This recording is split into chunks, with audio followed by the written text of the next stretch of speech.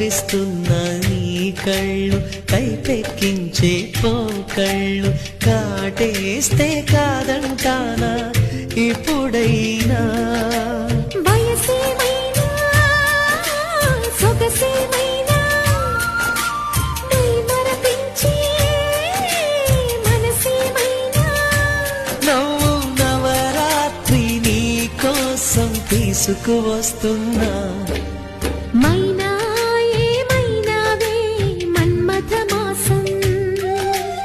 అయినా ఎంతైనా ఇది మెత్తని మోసం